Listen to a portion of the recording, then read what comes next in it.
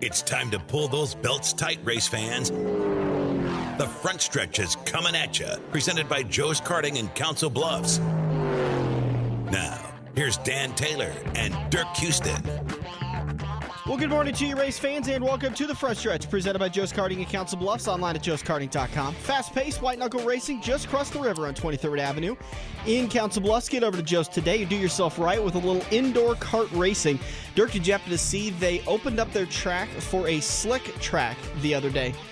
Tracy Weber and Buddy Ray had been kind of teasing it a little bit on their social media pages, and we talked to both of them about it. They'd been testing this new track a little bit to where it's basically just a circle track, and it's almost literally a circle. It is an oval.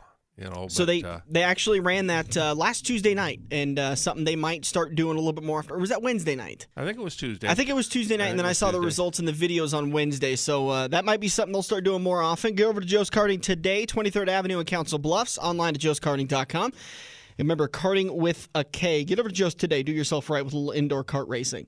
Big show lined up for you today. We're going to recap the results at Martinsville. Ladies and gentlemen, I do believe Brad Keselowski is still leading that race. Then we are going to sit down and talk with a group of sprint car drivers, including Stan Cisar, who is a longtime sprint car and racing enthusiast and announcer at several racetracks and for several sprint series. And frequent guest of our show. Right. Stu Snyder, Nate Weiler, and Chad Koch, although Nate we didn't have enough microphones for Nate at the time, so he didn't get to chime in very much, but he was in the background kind of giving his opinion every once in a while. But we talked to them for about 25-30 minutes about some safety aspects that it doesn't occur to the everyday person sitting in the grandstands and enjoying the sport, the fans of us all. That'll help bring some light to what's going on. And not necessarily that there's a big concern, but just kind of some conversations that sometimes when you hear that drivers are disgruntled with the track, now you got maybe the other side of the coin of the reason why. So we'll talk about them. We'll talk to them in turn number 3. Turn number 2, we're going to sit down with Jim Howe, Roadkill. Oh, he's going to get mad that I said that. Roadkill is going to join us in turn number 2, along with his buddy Aaron, who is a part of the MC Hill Climb. They're a group that does these hill climbs. They put them on, and the Logan Hill Climb has been rescheduled now for April 7th, next Sunday. So you want to make sure to listen to that in turn number 2. Did you check a map to see if we can get there? Hopefully the water's gone down by now. There's been a lot of roads that have opened up, but my answer is no. I'll have to check 511 Cars or 511iowa.org or something. I can't remember what the website is. Yeah, I think it's 511 does the roads in both states, I think. So I'll check those, but hopefully it'll all be drained, and we'll be able to get that in next weekend, April 7th. Get more information on that coming up in the next turn, in turn number 2 with Roadkill and Aaron from the MC Hill Climb group for the Logan Hill Climb. You can also search for it on Facebook and get all the information. Turn number 4, we are going to preview today's race at Texas. And Dirk, as of the time that we recorded this show, we might have some racing coming up this week. We'll talk about the 2019 Frostbuster going on at Stewart Speedway, Benton County Speedway, Marshalltown Speedway, and Boone County Speedway. That's coming up this coming Wednesday, Thursday, Friday, and Saturday. So we'll get you information on that coming up in turn number 4. All right, real easy recap at Martinsville. I think that did Brad Keselowski set a record for the most laps led by a winning driver? No. It was close because Kyle Petty led it. He has the record, right? Well, I think it's Cale Yarborough led all 500 laps at Bristol. Oh, really? Yeah. Well, I'm talking about at Martinsville, though. I had heard a story that Kyle Petty led, I thought it was 480-some, but I can't remember the exact number. That could be. I did see a post on NASCAR.com about it, and I want to say Brad was ranked like 7th in laps led in a race and a win. And I was curious about mileage because those laps led are on half-mile tracks where, I know one of the biggest mileage leaders would have been Martin Truex Jr. in the 600 a couple of years ago. He led like 392 laps or something like that. Well, the point that the record for it was most laps led at Martinsville with a winning car, because there's a lot of guys who have led 450, 460, somewhere up in there. But then on the final set of laps, they end up losing the race. Well, there hasn't been a lot of them, but there have been a couple. Yeah, enough to where they were trying to build a little bit of suspense to thinking this ain't over with yet, even though Brad's got a car. It ended up being over with yet there with Brad having that dominant of a car. Chase Elliott gave it a heck of an effort, and they kept talking about, guys like Chase Elliott and, maybe even Denny Hamlin and Clint Boyer having winnable cars, and I couldn't disagree more. Chase Elliott gave it everything he had, and it wasn't enough for Brad Keselowski. Well, Brad had the best car on the day. Well, yeah. So technically, it wasn't a winnable car. Right. It was a very good car. Yeah. So was Denny Hamlin's. Yeah. And there for a while, those two got to run together, which, of course, the announcers really, said, uh-oh, these two got some history here. Denny pulled over real quick when Chase got there, didn't he? Oh, yeah, he knew Chase was, considerably faster. Like we kind of hinted to, Brad won both stages and won the day. He is the second driver in the season and the second driver in a row to sweep the weekend and walk away with all 60 points for the championship driver points and walk away with 7 bonus playoff points. Led 446 laps, only led two times. And that's amazing. The only other person to lead a lap would have been Chase Elliott for 49 laps, and then Joey Logano led once for just 5 laps, and that was when the green flag dropped. Of the race, correct. A good race. I thought it was a very, very racy race. There was a lot of action throughout the pack, as we've seen for the last couple of years. A lot of really good racing throughout the pack. You don't just focus on the leader who might be coming up on lap traffic, but there's a lot of racing throughout the field. And every once in a while, they actually put that on the camera. Yeah. They'd show 10th, 11th, and 12th or whatnot. But I was surprised that everybody played so nice. There was not much bumping and running going on. Yeah. A little bit happened, but not as much as what you'd expect at Martinsville. Chase Elliott, like we talked about, came home in second. Kyle Busch in third. Ryan Blaney in fourth. And Denny Hamlin round out your top 5. Kevin Harvick, Clint Boyer, Martin Truex Jr., Eric Almirola, and Daniel Suarez rounded out your top 10. Bad days for Eric Jones, finishing 30th. And Jimmy Johnson, who was once so dominant at that racetrack, had a tough time staying up into the top 15 and eventually slipped back 2 laps behind in the 24th spot. All right, let's talk about a couple of news and notes. Big news came out last week that NASCAR was going to make changes to the qualifying procedures, and I think they made a good start to this. They've established a couple of rules to get rid of this, what they called themselves, the mockery that happened at Auto Club Speedway a few weeks back.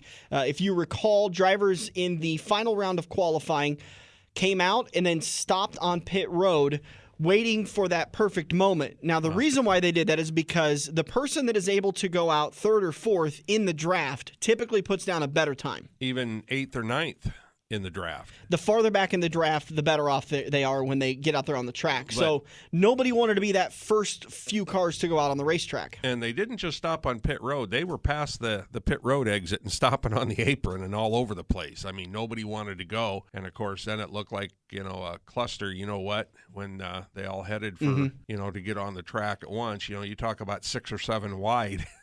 Yeah. It was interesting to watch. And not a single one of them made it back to the start-finish line in enough time to be able to run a qualifying lap. They got there before the time expired, or after the time expired, so their times were disallowed. Yeah. Now, under the old system, then they ranked them according to their previous round, and so Austin Dillon ended up getting the pole position. According to the new rules, if you do not make a qualifying attempt or you do not cross the start-finish line in order to put a time up for that round, your entire qualifying effort will be disallowed and you will start at the back of the field.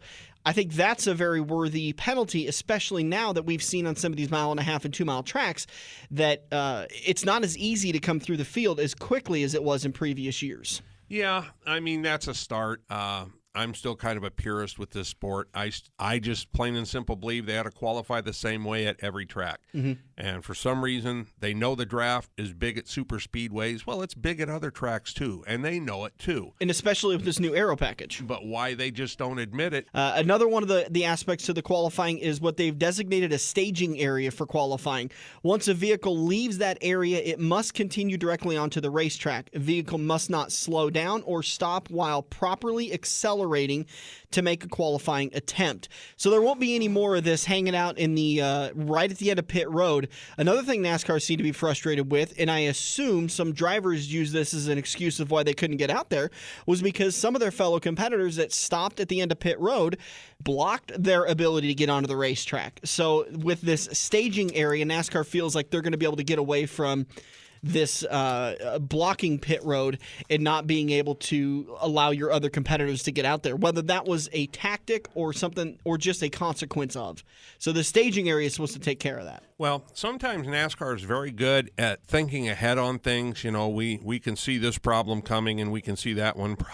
But some of this qualifying stuff over the last couple of years, they had no idea it was going to happen, and it's not their fault. That deal in California was all on the drivers. Yeah, you're going to blame anybody. It has nothing to do with what NASCAR's done. The drivers said this is what we're going to try and do, and if 3 of the cars had made it to the start-finish line, we wouldn't be seeing as much grief as we have now. But it's 2 races in a row where guys didn't make a qualifying attempt out of the top 12. The big changes we were talking about, NASCAR made some sweeping changes for 2020 for their 2020 Cup Series schedule. And I was actually surprised at the amount of changes. I didn't expect to see as big of changes before this 2021, whatever's going to happen there. There's a lot of things that are lining up in 2021. I believe the broadcast contracts end in 2020, and I believe the majority of the contracts with the racetracks end in 2020. Correct. Which is why I have big faith that there's going to be some sweeping changes coming for the 2021 schedule. And maybe this is the fandom in me that's saying wishful thinking rather than educated thinking, but I think that there's going to be a lot less mile-and-a-half tracks. Those mile-and-a-half tracks will probably have 1 race. I don't think there'll be more than 2 races at the same track in a year, and I think we're going to see a lot of short tracks get turned on. We may still stay around the 36-race schedule, but we're going to see a lot more short tracks, and I also have faith that they're going to cut the races down. Well, I don't think there are more than 2 races at any one track. The only thing I can think of is the All-Star race at Charlotte and, the qualifying races and that stuff. Sorry, did I say more than 2 races? Right. I meant more than 1 races. Yeah. I'm sorry. Because there's some tracks that have 2 races and a couple of them that have 1. Yeah, you'll still see a lot of tracks will have 2 races just because of the ownership ratings and everything with the different tracks. The ownership groups are going to make sure that certain tracks where their money is, where the track is more profitable, will get their races. Yeah. Let me pause you right there, if I can interject. And that's one of the bigger issues that I think NASCAR as a sanctioning body is having with making the sport more appealing for the consumer. All of us fans, all of us dirt track fans have been screaming to NASCAR for a long time, get more short tracks on the schedule. That's where NASCAR came from. I think NASCAR is going to get back to more of the short track racing because they're going to have the ability to be able to make these changes now that the contracts with these tracks are up. In the 90s, mid-90s, like when Texas was built, the only other mile-and-a-half track at that time, I believe, was Charlotte. I don't think there was another mile-and-a-half track. Chicagoland wasn't built. Kansas wasn't built.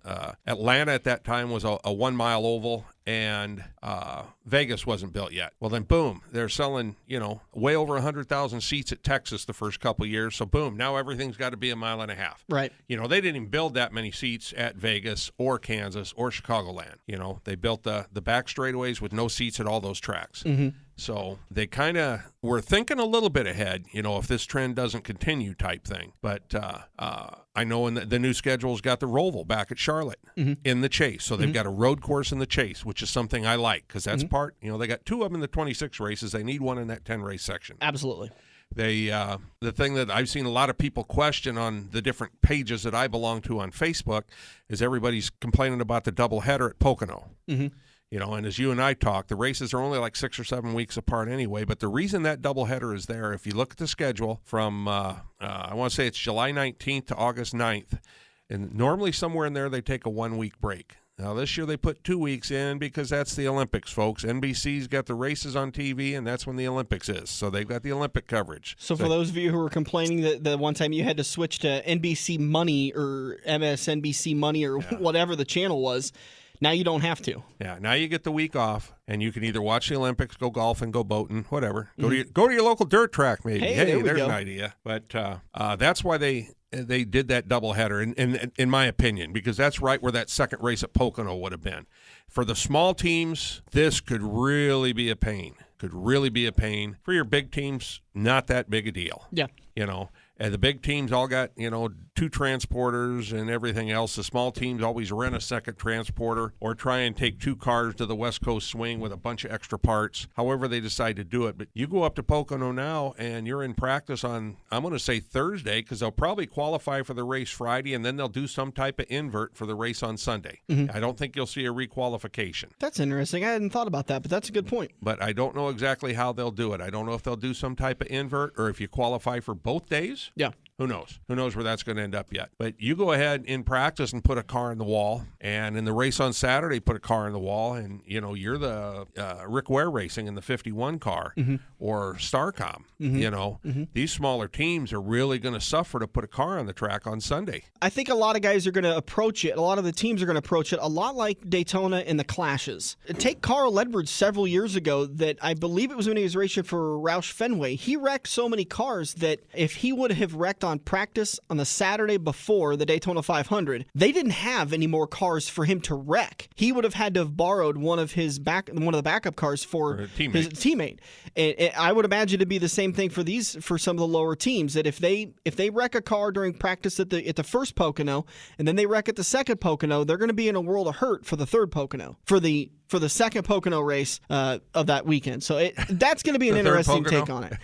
Some of the other big changes that they've made, Homestead Miami Speedway is no longer the championship race. I'm kind of sad about that aspect. I liked having Homestead as the championship race, but I think I'm okay with it being at Phoenix now. I'm okay with them moving it. I also think the All-Star race ought to be moved. I think the All-Star race ought to just go away. Oh.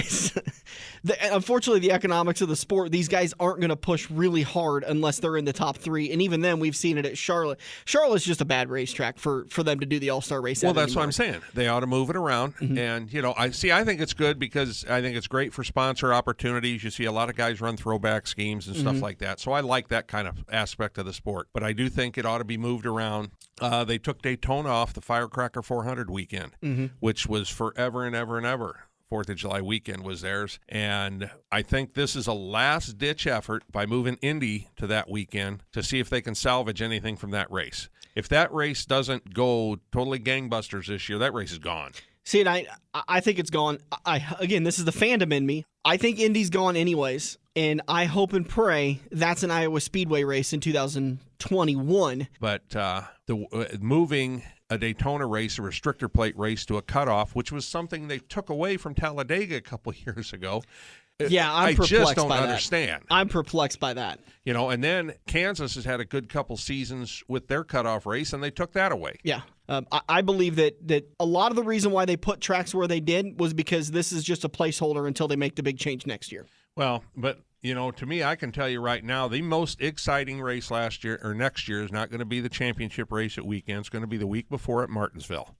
Yeah. Putting the final cutoff, for the final 4 at Martinsville is a fantastic move. So I absolutely agree with you. Round of 16, we'll start it off September 6th at Darlington, then we'll go to Richmond, and we'll end with an elimination race at Bristol. So it's a short track ending the season, or ending round of 16. Then we'll come to the round of 12, September 27th at Las Vegas. Then we'll move to Talladega, and then we'll end the round October 11th at Charlotte Motor Speedway at the Roval. Round of 8 will be Kansas on October 18th. Then we'll go down to Texas, and we'll come over to Martinsville to end the round and to eliminate our final 4 cars and get your championship 4 before we head to Phoenix on November 8th. And correct me if I'm wrong, that is 2 weeks, it's 10 days prior to what we've typically had it, that November 18th, 19th, 20th area. It just depends on how the schedule rolls around. But look at what they've done with that schedule. Just look at race 26 and beyond. Cutoff race to make the playoffs, a restrictor plate race. First cutoff race, a short track. Second cutoff race, a road course. And then the third cutoff race, a short track. In your championship race, a short track. Short track. The other big change, the Martinsville race on May 9th is going to go under the lights for the very first scheduled time. I know they've had to turn on the lights because of delays in the past, but this is the first scheduled time they plan on going underneath the lights at Martinsville. But yeah, they've only had the lights up there for a couple of years, so that's going to be kind of a neat event. We'll see what that does for their crowd, because that's another track that's taken out a ton of seats.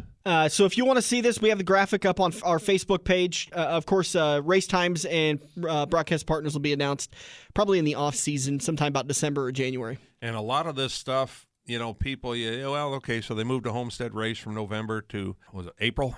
March 22nd. Okay, so end of March. Mm-hmm. A lot of people think so they just moved the race. Well, you also got to remember those are two completely different seasons when it comes to being in southern Florida. Yeah.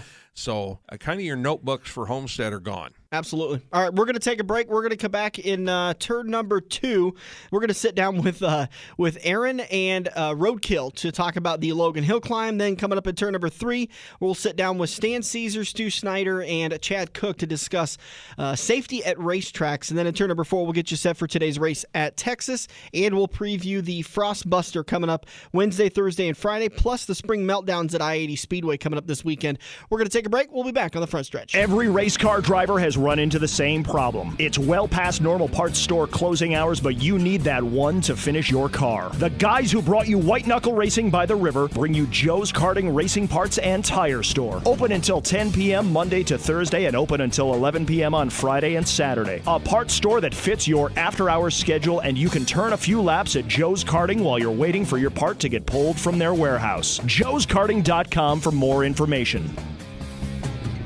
Racers all over the country are discovering the benefits of powder coating their chassis. Powder coating offers a clean, even finish you will be proud to show off to fans and sponsors. Plus, it's a more durable surface. While looking beautiful, powder coating offers superior protection against corrosive chemicals typically spilled during routine maintenance. Bare frames start at $275 with estimates available if blasting or reworking is needed. Get your quote today by emailing Jordan F. at redoakfabrication.com or by calling 712-623-4911. Every driver is looking for the competitive edge, and fantasy racing is no different. Get the competitive edge on your league by subscribing to fantasyracingtips.com. Chad Robb, a member of the Fantasy Sports Writers Association, gives you great insight, statistics, and easy-to-understand information for each race. He'll give you the competitive advantage that'll put Benjamins back in your wallet. From DraftKings to season-long NASCAR fantasy leagues, Chad knows who you should take each race. Turn your fantasy season around at fantasyracingtips.com.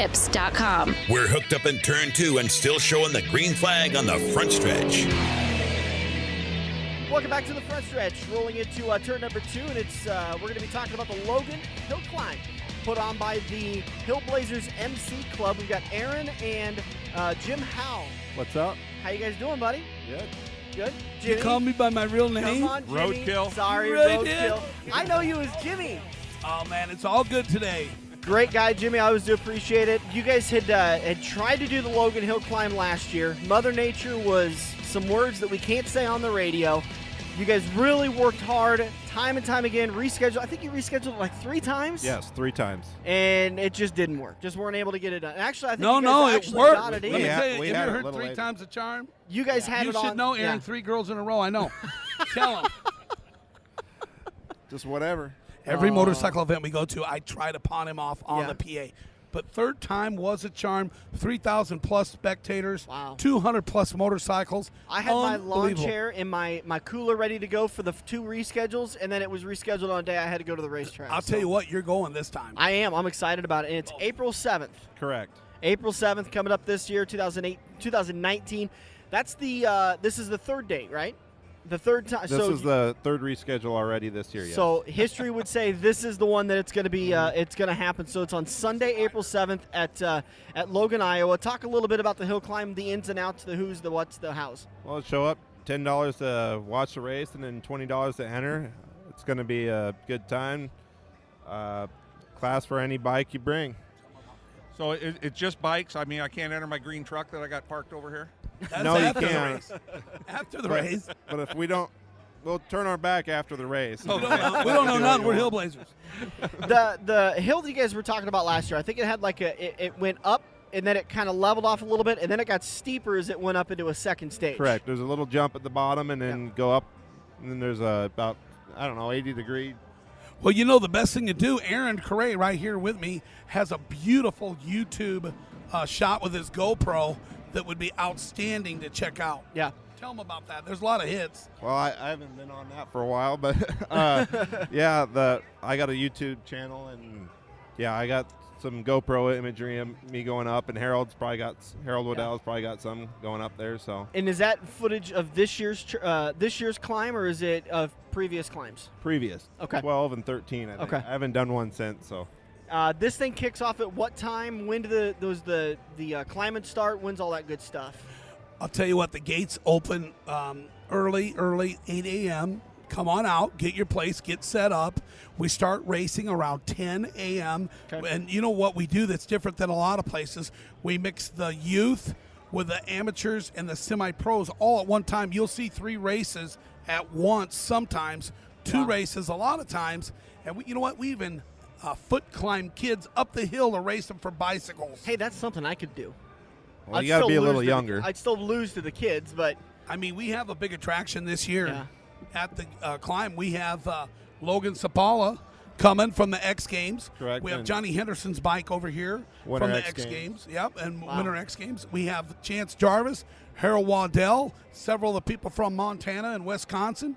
It's going to be one heck of a show. I want to see you get Travis, and I want to see him do a backflip going up the hill. Some of the guys actually do know Travis, and he probably would if he lived close. yeah. So the big thing about this hill climb is it's fun for all families, but it's also a very relaxing time. $10 to get in the gate. You could bring a cooler, bring your lawn chair, and you just hang out all day long. Correct. We got 2 concession vendors on grounds, and we have a Christian motorcycle club from Iowa, southwest Iowa, doing the free breakfast. You get there early enough, you get free breakfast provided by the Christian motorcycle. Pancakes, waffles? Yeah, waffles. Oh, no, pancakes, eggs, bacon, sausage. It's really good. It's really Maple good. syrup, man, can't And go it's wrong. $3.99.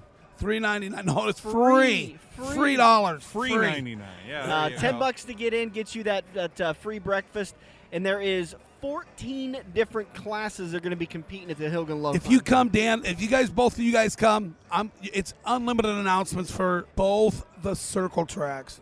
Hey, when you're doing the hill climbing, is it just a one-run deal, or do you run rounds? You get 2 runs and make it. It's the best time. If you don't make it, it's the best footage. Should we tell them the secret? What's the secret? You guys I'm ever kinda seen them? scared You of know, we this. get a lot of street bikes that ride down there too, to watch Yeah. the event, right? Yeah. Motorcycle clubs, we don't care, everybody. Well, this year, guess what it is? It's a 1976 Honda Goldwing.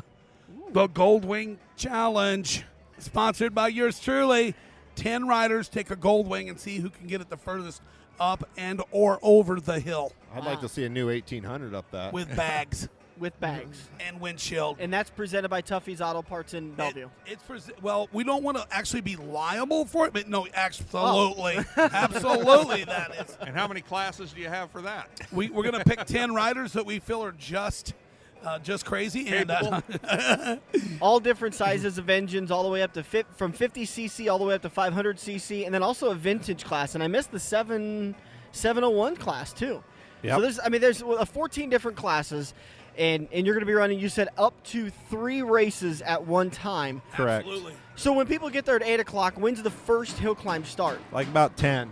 Okay. We get them right on the hill at 10. Okay. We like the kids to have a good time. I let go of the microphone for the big guys and go over and do the kids myself, just because I think that class deserves a lot of attention. Yeah. We have another radio announcer that comes out and does the middle class, and then after that we go and we hit the big hill and have a good time. Who do you have come? Craig Evans. Oh, yeah, I Our boy love Craig. Evans. The news guy on Z92. The Z-Man. I And love if Craig. you guys are there, I'd love for you to grab that mic for a second and help me out. April Really, anybody 7th, a that's willing Sunday. to speak would speak, right?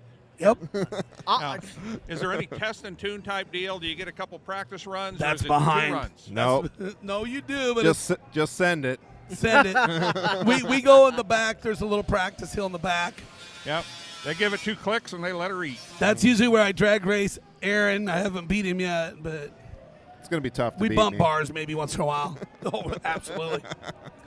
Got some great sponsors that are helping you guys out. Kind of list off a couple of them and give them some love on the radio. Yeah, we got 4th Avenue Grill kind of sponsoring with us with the Hayden Concrete and Darby's Bar and then Motorcycle Medic, Reese Amusement. Nish Valley Cycles, our friend Dennis and Rob over there, always supporting motorsports events all over. Oh, I've loved the Mission Valley Cycle. They used to work on my 4-wheeler when I was a kid. It's like Christmas. Fantastic work. You And walk it's- in there. I walk in, I start working on my 4-wheeler, and then I'm looking at the showroom like, I could use a new 4-wheeler. Maybe. I went in there to get some chain lube. I come out with a 15 KTM.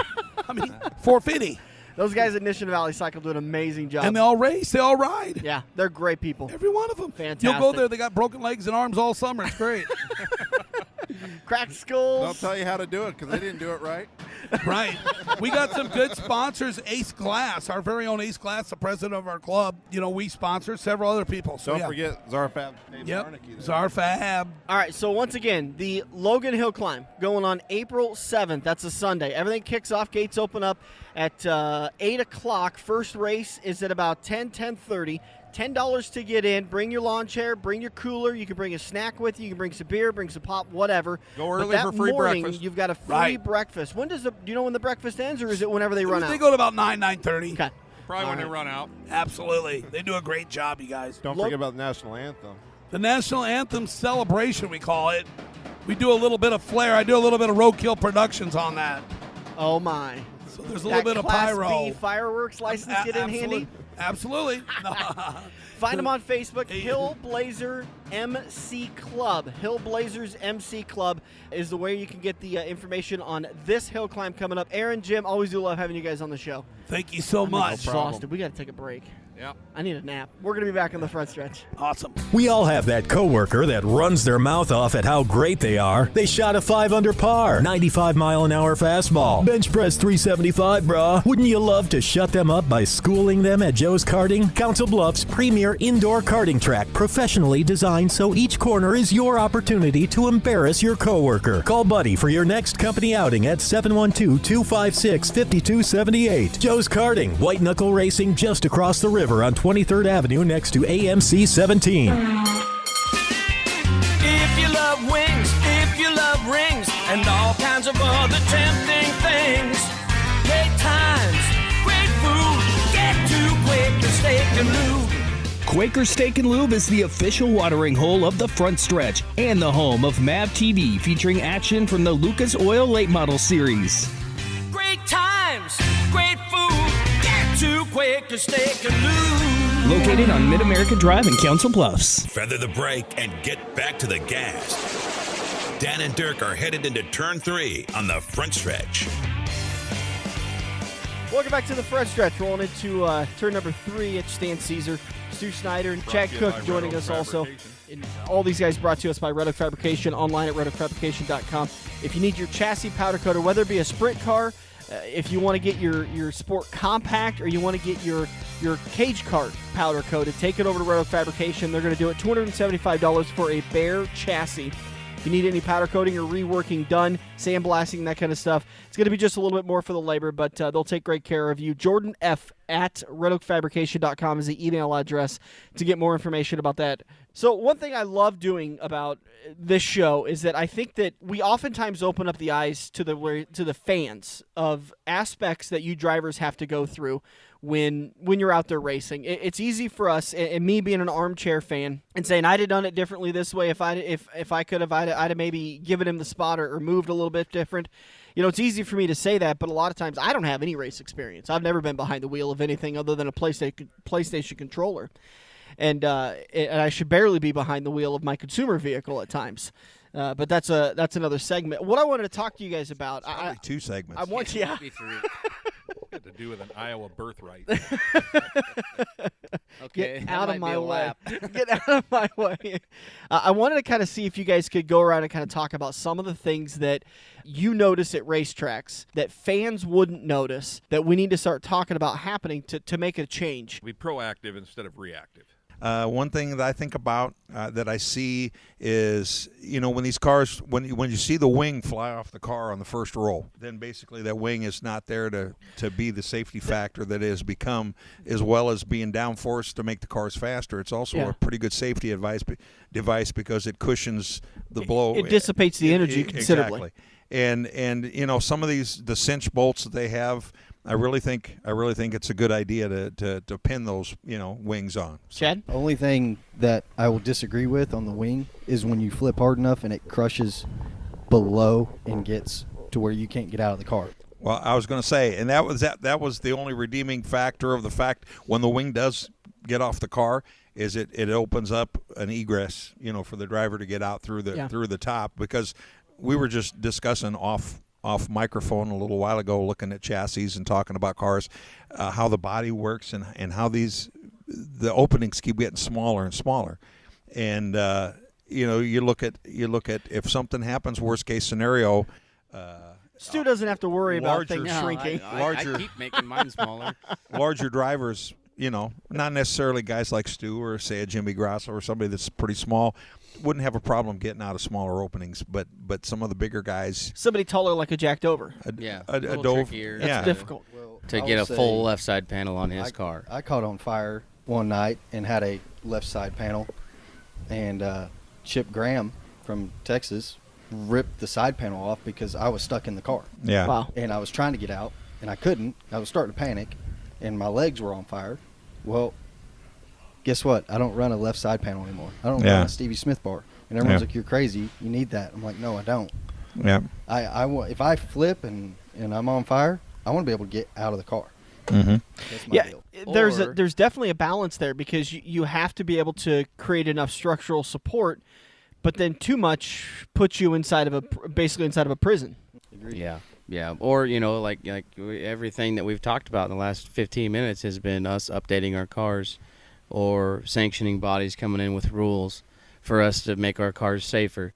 We were going to start talking. Were we getting there? We were getting there, and we got sidetracked. But talking about the blunt wall openings and stuff like that, wall openings, which definitely is a factor. I mean, you don't think it's going to happen, but say in the event that you would happen to lose steering on the car, or a stuck throttle on the car, or somebody coming off the bottom and pinching you up into the wall and into the edge of that pit opening. There was a couple of guys this year at Eagle that thank God that tire was there. Sean Pointer completely destroyed a car and probably shouldn't have actually walked away at that. He probably should have went to the hospital. In particular, that one comes to mind. And at the time the track was built, the push trucks push cars down the on ramp onto the track. That's how the cars started. And they were started between pushing them onto the track and the opening in the pit wall going into turn 3. Then they would make a U-turn, come back up through the pit area, and pick up the next car.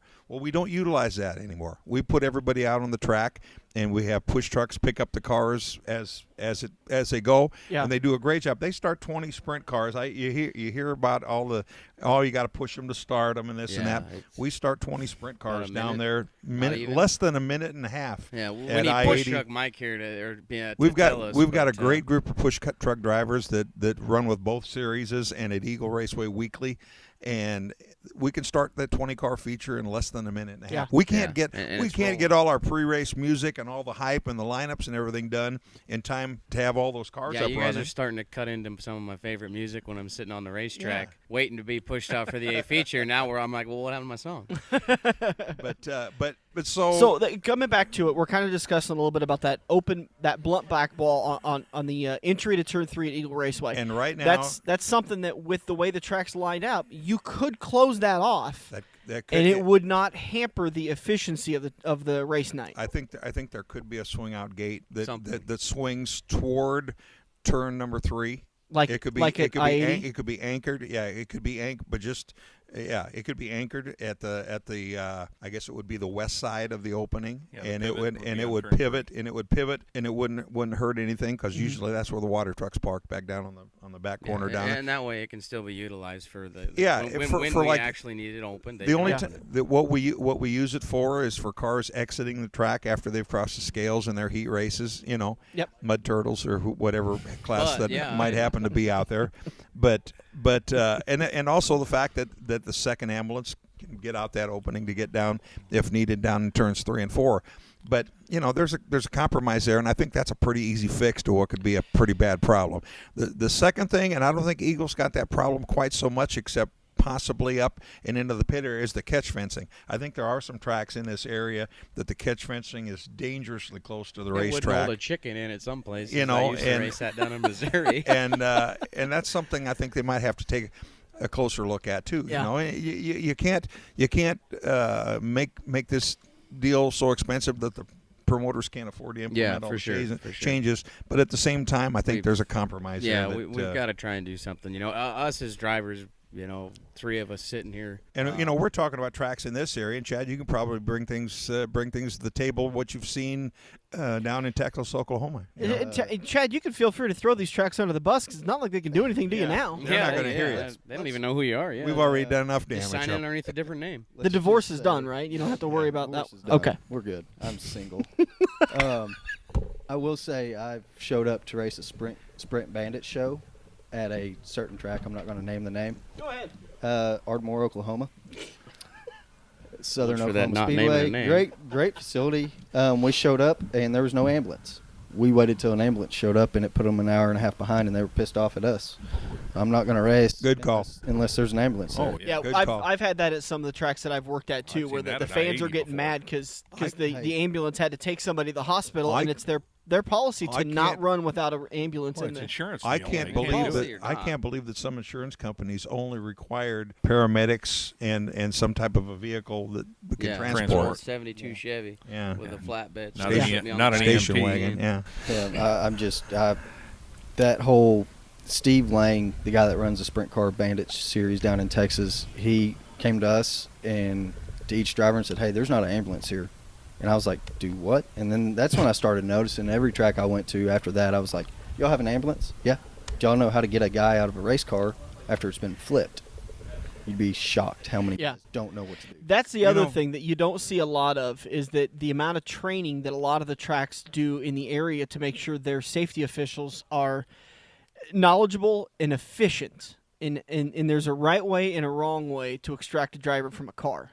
Yeah, and Eagle Raceway, I mean, they've got a great group of people that have busted their butts the last 4 or 5 years, 3 years or something like that. And now to train with a sprint car on site, they have one of us bring our cars out and they train on site to try and get set up, or at least so you have an idea what to do. Even though this is it's come full circle with a lot of people. Some of the personnel has changed.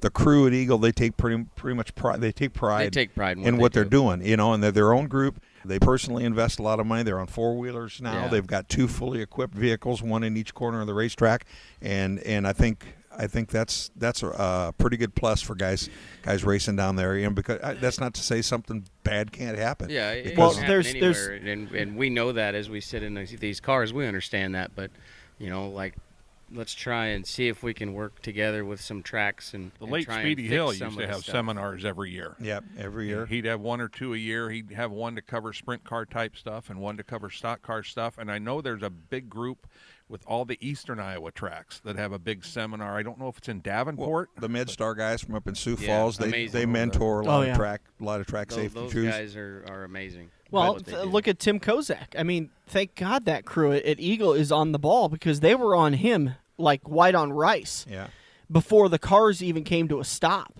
When that red flag was displayed and everybody was told to stop, they were on him right away. And I think that's a huge part to him being as mobile and as he is, recovered as he is to this point. I mean, he's almost back to normal. Yeah, we've had which is just as screwed up. Goofy head, but after head injuries, we all get those. Yeah, I was going to say, he kind of had that beforehand, didn't he? He had that before. He was an odd duck before. I think now he's got something to blame it on.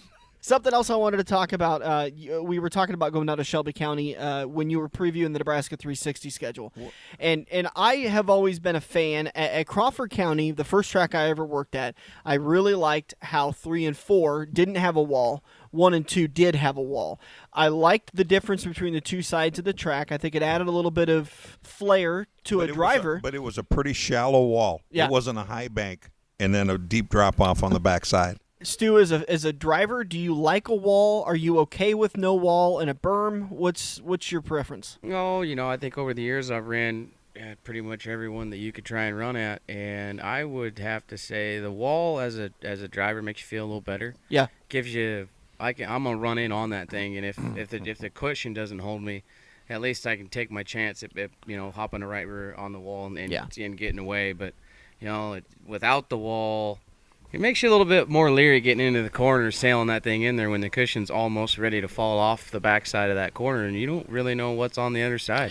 Yeah, to that point, the other side of what the danger aspect as a fan to watch that, because there was one guy that we were racing weekly one night there, and his steering box completely broke off, and he was full bore down the backstretch, and he got smoke your. He got Dukes of Hazzard airborne Yeah, coming how off far of turn is he going to 3. go before he stops? And then how far is the ambulance going to have to go, or the fire crew to get out there to get to him? And the scary thing that it didn't take until a while longer I realized, but all that grass that was behind between the turn and the wall, which is about 50 to 75 feet, was all dead and dry, and that could have easily caught on fire and caused a huge issue. And I think after that, the safety team realized it too, and that was permanently mowed down and kept really thin. And speaking of fire, Stu might remember this, but this was at Denison. I think it was your first year announcing up there. We had a Sprint Series of Nebraska race. Oh my God! I thought, that was a 360 race that Stu crashed pretty bad up in turn 1 and 2 up there. But at the SSN race was just that particular night, Roger couldn't make it, so Jim Hitzman and I had to basically race direct the show. And before the races, after the pit meeting, we had their fire crew go around to quite a number of sprint cars, and because they're never used to working with sprint cars. Yeah, not only mention the fact that they're burning alcohol, where the fuel shutoffs are at in the cars, and kind of giving them a little bit of mentoring before the race even started. So when they showed up on the scene, they had a better knowledge. And I think, I just wonder if it helps. It makes you, back in the mind as a driver, it makes it a little bit, okay, these guys kind of got a clue of what's going on.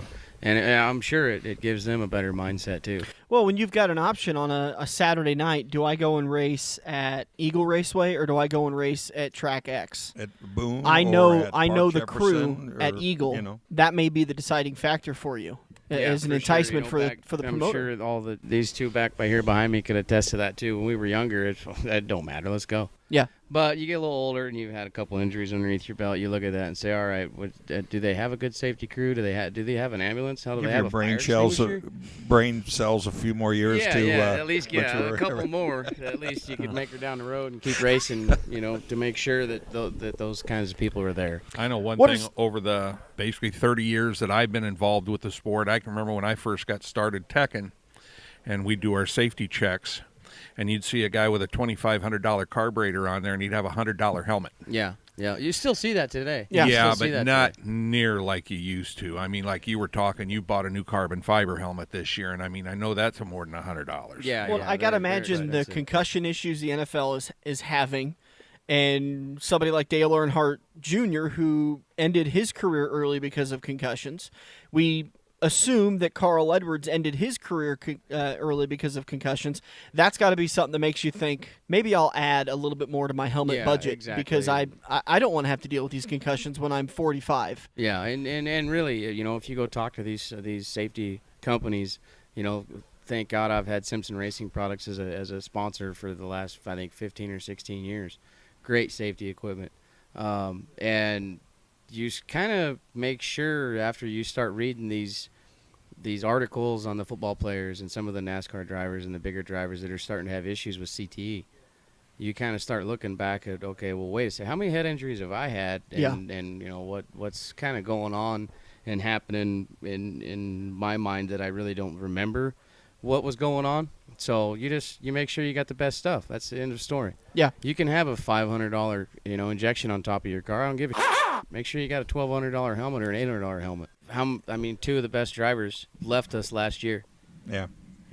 One of them was both of them were a freak deal, and it really, really sucked as a driver to hear that news, and then you start once, you try and be proactive, not reactive, I think is what you said, Dirk. Mm-hmm. Yeah. And right now, I think we need to be proactive with some things that we see as drivers and just speak up. And we're not here to yell at the racetrack. We're not here to cause issues. Let's just take a look at it and see if there's something we could do. Yeah, you're not slamming racing. You just want to make sure it's around a long time. Because we already know what can happen when we get in the car. That's who we are as a person. But the rest of it, we could try and make a little bit safer. Even look at society. There's things that we do today that 20 years ago, 25 years ago. I mean, I think like about Thirsty Thursdays. I think about when I was a little kid driving home with my mom from daycare, and I'm 4, 5, 6 years old, in a Delta 88 Oldsmobile, and we're cruising down the. Oh, this is a 4-door model. This is the classy one. Oh. We're cruising down the gravel roads, 35, 45 miles an hour, and I'm not in a car seat, not strapped in. I'm laying in the back window, watching the dust and watching the back of the window. And that was normal to me. And now, like, I remember the first time I took my nieces and nephews for weekend at Uncle Dan's, my sister's like, you need to have a car seat. And I'm like, it's not that big of a deal. And she stopped me. She goes, no, you've got to have a car seat. Deal. We're not trying to, like you said, scold anybody, but we're just trying to address certain issues, because I think there's probably people listening to this show going, I never thought about that. Yeah. That's a great point. And how many drivers have hit the opening in Turn 3 at Eagle Raceway and either went to the hospital with broken bones or should have went to the hospital? Yeah. I mean, I can think of Tad Holloman, Trevor Grossenbacher, Sean Pointer, Mike Chad, back in the day with the Budweiser 4-car, hung his feet out the front of it. And split the car in half. I think last year's takes the cake. Yeah, for sure. And but I think the Holloman and Grossenbacher crash by far looked the scariest. Mm-hmm. And Tad did get hurt out of the deal. Trevor probably had some bumps and bruises, but he walked away. But there's something we can probably do to prevent that. And I run up there all the time. I've bounced the tire getting in. That was the fastest way around the track, and we won some shows off of that. Yeah. But maybe it's time that we put something there. I want to talk about one more before we wrap it up. Stu, you had kind of touched on a little bit about lighting. You don't necessarily have to talk about certain tracks, but lighting is one of those things that at the fans looking around the track, wow, that's a well-lit track. But you guys running around it, there's dark spots. What does that do for you as a driver? Well, it certainly makes it tougher, especially like we hit on earlier with these tracks that have walls and the tracks that don't have walls. Well, a mediocre lit racetrack with a wall on the outside that's painted white, well, I'm still going to run in on the fence, and I'm going to sail the place. Mm-hmm. You start looking at some of these other places where you can't see the different dirt line, like, say, the slick part of the track to the cushion. You can't see it because of the lighting isn't that well, or you can't see your corner entry. And I mean, that can cause some pretty big issues. Depth perception. Yeah, not only for us, but let's think about the fire crew. Let's also, you got to remember that some guys, an all-black car. Yeah, we can't see it. And he's done flipped, and you can't see him. Mm-hmm. Or we actually has a camo car. How dumb that is, but yeah, I wouldn't do that. But well, let's not put anything past the driver. It looks cool. I ran a race last year, I think. With the 305 Touring Series. We went to this little racetrack out in Nebraska, western Nebraska. Lexington. I think it was Lex or something. And J.D. Johnson gets upside down on the backstretch. And there's no red light. There's no nothing for like a lap and a half. Wow. Because nobody could see him. They had no track steward on the back straightaway or something? Basically, when I rolled past, the only thing I could see was the bottom belly pan of a car sitting upside down, and it was kind of like in a little ditch. Isn't it amazing? I mean, how long have you been racing? 20 years? 25? I think, let's see, I'm 32. I started racing sprint cars when I was 14.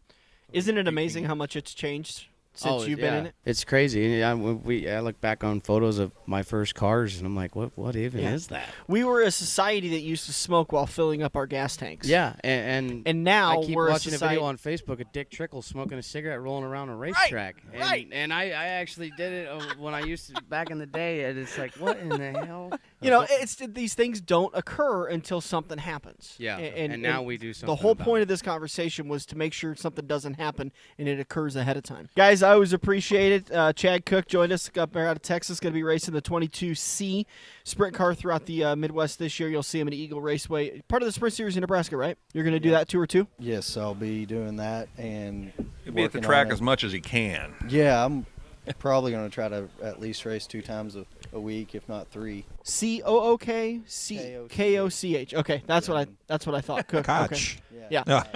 Stu Snyder, driver of the 23S. Do appreciate your time, Stan Cisar. I always love having you on the show. And then Dirk and I. So we're going to take a break. We'll be back on the front stretch. Racers all over the country are discovering the benefits of powder coating their chassis. Powder coating offers a clean, even finish you will be proud to show off to fans and sponsors. Plus, it's a more durable surface. While looking beautiful, powder coating offers superior protection protection against corrosive chemicals typically spilled during routine maintenance. Bare frames start at $275 with estimates available if blasting or reworking is needed. Get your quote today by emailing Jordan F. at redoakfabrication.com or by calling 712-623-4911. Hey, look at that. You're sitting on your couch playing Halo, Madden, or NASCAR while your friends are at Joe's Karting.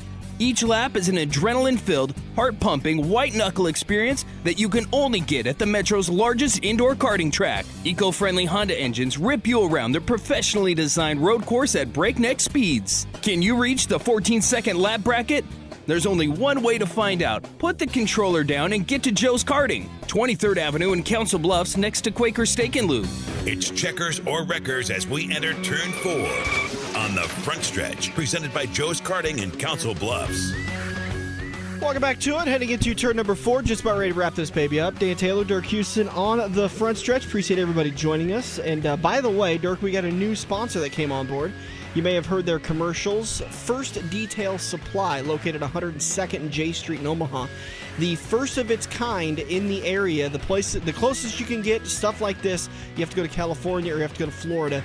But they offer professional-grade detailing products, from waxes and cleaning products to buffers to rags, all sorts of great stuff. And you're not going to pay an arm and a leg for it. They've got a beautiful facility, 102nd and J.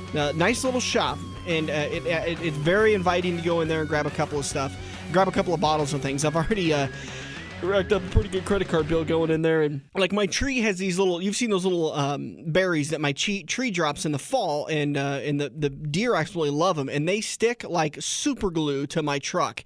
And Rick said, put this stuff on there. It's going to last for 6 months, and you won't have any problem. That stuff will come right off. So I've applied a bottle of that stuff to it, and hopefully that'll help. And it'll also help for when it's sitting at the dirt track. That layer of dirt settles on the truck. Driving home, it'll all blow right off. So get over to them, 102nd and J Street, firstdetailsupply.com. Well, I'm going to get in there because I've got a very good friend of mine's daughter just leased a new Jeep. Oh, yeah? And as I've always told people, leasing's kind of tough, and, they want you to spend all that money on interior protection and paint protection and all that kind of stuff, where the paint on the outside is pretty much factory protected. But if you're kind of a slob, getting the interior protected is a good idea. Yeah.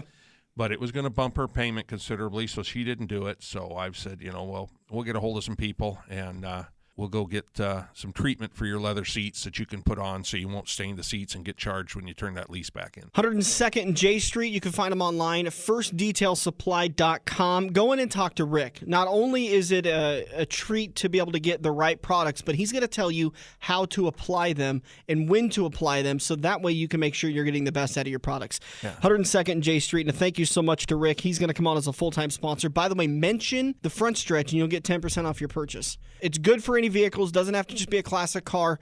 You can even use it for your race car if you want to spray that stuff on your race car and see if it'll keep the dirt clods from really sticking. They'll pop right off. Yeah, the second biggest investment you make in your life is an automobile or a truck or whatever you drive, outside of your house. So, or unless you got a race car. All right, we're just about ready to wrap this baby up. Before we do that, let's talk about Texas Motor Speedway. This time last year, Kyle Busch ended up getting home with the win.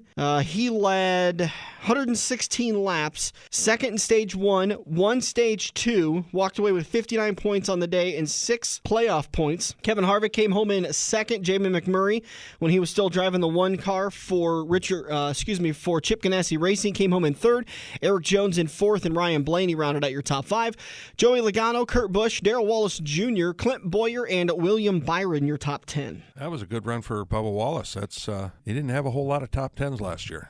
So Martin Truex Jr., Kyle Larson, Jimmy Johnson, Denny Hamlin, Brad Keselowski, Eric Almirola all involved in an accident, and then Reed Sorensen had an engine let go. Daniel Suarez, Alex Bowman, Ryan Newman all involved in an accident. They all finished outside the top 25. When they came back to this racetrack later in the year for the November 4th race, Kevin Harvick picked up the win. Ryan Blaney came home in second. Joey Logano in third. Eric Jones in fourth, and Kyle Larson rounded out your top 5. Chase Elliott, Kurt Busch, Eric Almirola, Martin Truex Jr., and Austin Dillon rounded out your top 10.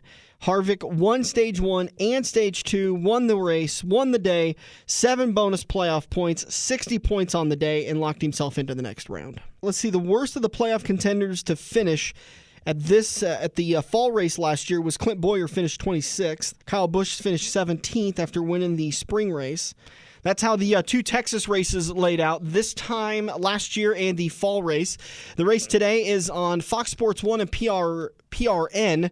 Coverage is at, I believe coverage starts at 1 o'clock with the race starting at about 1:30. All picks are due today by 2 p.m. Do not be late getting your picks in, and that is for both contests.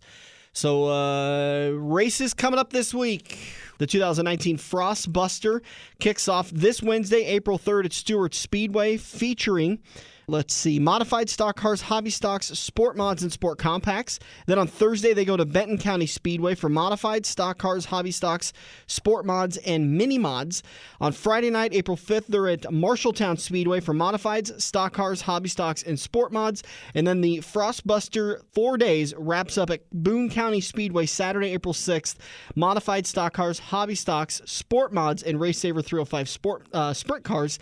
Along with special guest Kenny Schrader will be there all week long. Modifieds paying $1,000 to win, stock cars $1,000 to win, hobby stocks $1,000 to win, and sport mods $1,000 to win. Hey, look at that. $1,000 for all 4 classes for the points series that will be for those 4 race days. Do they have individual race payouts then on top of that? They do. Okay. Also coming up this weekend, more locally on Friday and Saturday, it's the Spring Meltdown at I-80 Speedway, the 5th and the 6th. Featuring the Nebraska 360s both nights, compacts and hobbies both nights. Malvern Bank Super Late Models are going to run dual races on Friday, and then they'll have a feature on Saturday. So Nebraska 360s, Malvern Bank Super Late Models, and then compacts and hobby stocks. It'll be the first races of the year for both of the sanctioning bodies, so they'll kick off their 2019 season. Races to start at 7 o'clock on Friday and 6 o'clock on Saturday. You can get more information, i80speedway.com. Let's take a quick look at the Pick'ems contest presented by Rick Havenridge of Wealth Partners and powered by Starcom Racing, the Kansas Speedway 5-week contest. Just even looking at the standings, Fisherman Brian, who's a good buddy of mine over at Eagle Raceway, had a bad opening race weekend, but had a really good weekend because he picked Brad Keselowski to win the race as he did on Sunday at Martinsville.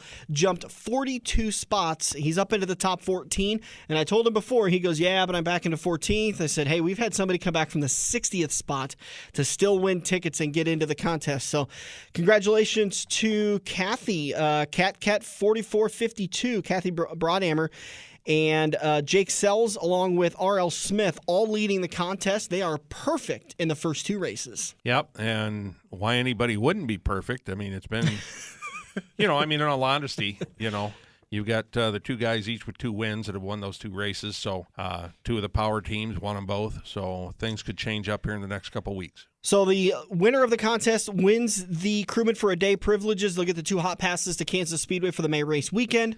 And then 2nd, 3rd, 4th, and 5th all win tickets to the Friday Truck Series race and then the Saturday Night Cup Series race. And it's a tight race. I mean, 120 points for the top 3, but then there's a 3-way tie in 4th with 111 points. There's a 2-way tie in 7th with 107 points. And then 3-way tie in 9th with 105 points, and then 102 points. I mean, nobody's really out of this contest.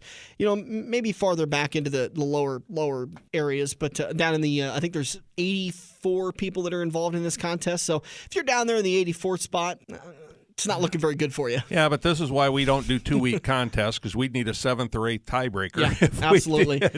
The top 20, I mean, there's a 2-way tie for 19th at 92 points. They're only, 28 points out? So they're not that far behind. And those top 3, their next pick could be the last place car at Texas. Absolutely. It could be the guy that blew an engine, cut a tire, had the jack fall off on the car fall off the jack. Oof. Sped down pit road on every pit stop. So it's he passed 63 cars, but he still finished 21st. We're starting to see some separation, but by no means does that mean that we've seen all the separation we're going to see. This can get shook up really, really quickly, especially since we have 2 short tracks, or we still have 1 short track left on the schedule. Moving over to the season-long Pick'ems contest, again presented by Rick Havenridge of Wealth Partners, a financial advisory practice of Ameriprise Financial Services. Visit them online, truewealthpartners.com, or head right to Rick's website, rickhavenridgeadvice.com. Chase and Chase is, and by the way, that is Brandon, also Flying Brian. Same guy, different names in the two different contests. He is killing it in the season-long contest. But as you will remind many people, we're 6 races in. Yeah. 298 points. He is sole ownership of the lead. Simply Sterling 40, 278 points, so 20 points behind. And then it's a mixed bag from there, but very, very tight race all throughout the top 15. Just remember, when you reset, there is no reset. Mm-hmm. You get to use the driver 3 times in a season. He messaged me and he goes, "Hey, is it 2 times in the regular season and 1 time in the playoffs?" Now I go, no. If you use them 3 times in the regular season, you don't get another pick in the playoffs. Yeah, we don't do that anymore. It does not reset. So if you use them up, you use them up. And I'm having to think that he's picked a couple of them top guys twice already. Is it 2 years in a row we've had that issue with the regular season leader ended up using all of their good picks to get into the playoffs? Well, not necessarily all of them, because it's dependent on who's a good pick type thing. But they used all the major players. Let's put it that way. If you are enjoying what you're hearing and you want to get involved in the contest, send us an email, frontstretchradio@gmail.com. While both contests are closed, we're going to be announcing our Iowa Speedway, the July race weekend. We'll be doing a Crew Bid for a Day contest there. So we'll announce that contest coming up shortly. It'll probably actually be a week or 2 after we end the Kansas Speedway contest. But you can get involved in that. So make sure you do that. Send us an email, frontstretchradio@gmail.com. And then the good Lord willing, we'll have another one for the Kansas race in October. Yeah, if we don't screw it up too bad. Hey, if we didn't screw up last October's one where Kansas was nice enough to go scare up 2 more hot passes for us. I don't know how, but we'll find a way. Well, we gave the guy that did us that favor a free weekend at Omaha here recently. So, boy, did he bail us out, huh? Yeah. Don't forget today's race at Texas Motor Speedway is on the big screens at Quaker Steak and Lube at Council Bluffs. I've been forgetting to talk about this for a couple of weeks, but ladies and gentlemen, let me tell you something that is new on the menu, and you must try them. You know what I'm talking about. Tater tots. These are the most perfectly cooked tater tots. Chris was talking about, you go to your fast food chains, and they're pre-cooked. They're sitting in a basket. They're getting mushy. They're getting cold. When you order them, they are dropped in the fryer, and they are cooked to perfection. I'll tell you, the secret to a good tater tot is some crisp. It's not that mushy, gushy stuff that feels like a rotten potato. It's that good, crispy stuff, and it is seasoned to perfection. Next time you're at Quaker Steak and Lube, push the fries aside, order yourself an upgrade of the tater tots. And for a lot of the entrees, they come with a choice of fries or tater tots. If yours doesn't come with them, do me a favor and get yourself the tater tots. Well, I recently tried the tots, and I did not use ketchup with mine. So isn't it amazing? I drench the fries are good, but I dip my fries in. That's what you've always done all your whole life. You don't need them with the tater tots. They pop right in. They're so good. Absolutely delicious. Get over to Quaker Steak and Lube today for all the green flag action at Texas Motor Speedway. And if you take your significant other, make sure she gets her own order. Absolutely. She says, "I don't need to order any. I'll just eat yours." Like, no, you need to order some. What's mine is mine, not what's mine is yours. I've got a fork here. I can stab your hand when you reach. I want to say a big thank you to everybody for joining us today. We will get Toby Chapman on the air next weekend to talk about his 2019 season, and maybe he'll even share the story of why he's known as world famous Toby Chapman. But then again, I don't think that story can get on the air. Yeah, well, he's not the one that made up mud turtles, so we're good. Thanks again to Stu Snyder, Stan Cisar, and the guy who coined the phrase in the state of Nebraska, the mud turtle. That is Chad Koch. He's going to be driving the 22C, by the way, at Eagle Raceway, so feel free to maybe throw an egg at him after the race if you're a mud turtle fan. If you don't know what we're talking about, listen to last weekend's show. It will explain everything. We're going to do it again next weekend as we'll sit down with Toby Chapman, and we'll get one of the drivers. I haven't figured out the schedule yet of all the drivers that we interviewed at the auto show, but we'll get one of those on the air for next weekend. We'll also recap the results from today's race at Texas, and we'll get you set for we'll get you set for Bristol Motor Speedway, and then we'll also have to get you set for our first Saturday night race. Dirk, I just realized we're going to be live in 3 weeks. And we also need a special thank you out to Rick Flores for coming on board. Absolutely, Rick. And don't forget to go over to firstdetailsupply.com, 102nd and J Street. Check them out. And a big thank you to everybody that supports the Front Stretch. We couldn't do it without you, including the fans. We'll be at the racetrack this weekend. God willing and weather permitting, we'll be at the racetrack this weekend enjoying a little dirt racing. And we'll have Sharpies for autographs, so go ahead and ask us. Mine's in black on the hats. So That way he doesn't devalue it very much. Thanks, everybody. We'll do it again next weekend. This has been The Front Stretch on AM 590. Every race car driver has run into the same problem. It's well past normal parts store closing hours, but you need that one to finish your car. The guys who brought you White Knuckle Racing by the River bring you Joe's Karting Racing Parts and Tire Store. Open until 10 p.m. Monday to Thursday and open until 11 p.m. on Friday and Saturday. A parts store that fits your after-hours schedule, and you can turn a few laps at Joe's Karting while you're waiting for your part to get pulled from their warehouse. Joe'sKarting.com for more information. The official watering hole of The Front Stretch has you covered any day of the week with the best wings, great burgers, and amazing steaks. Each weekday from 4 to 6 is happy hour, featuring $1 off draft and well drinks plus $4 Luberitas. Mondays are kids' night. Tuesdays are all-you-can-eat wings for $12.95, and the lube even delivers to the Council Bluffs area. Like Quaker Steak and Lube Council Bluffs on Facebook for a full list of weekly events. Get to Quaker Steak and Lube. Mid-America Drive, Council Bluffs. This has been the Front Stretch Radio Show, presented by Joe's Karting in Council Bluffs. To contact Dan or Dirk, find them on Facebook at The Front Stretch or email them at frontstretch590@gmail.com. If you missed any part of today's show or want to hear a previous show, subscribe to the Joe's Karting YouTube page, where you can find almost every Front Stretch show.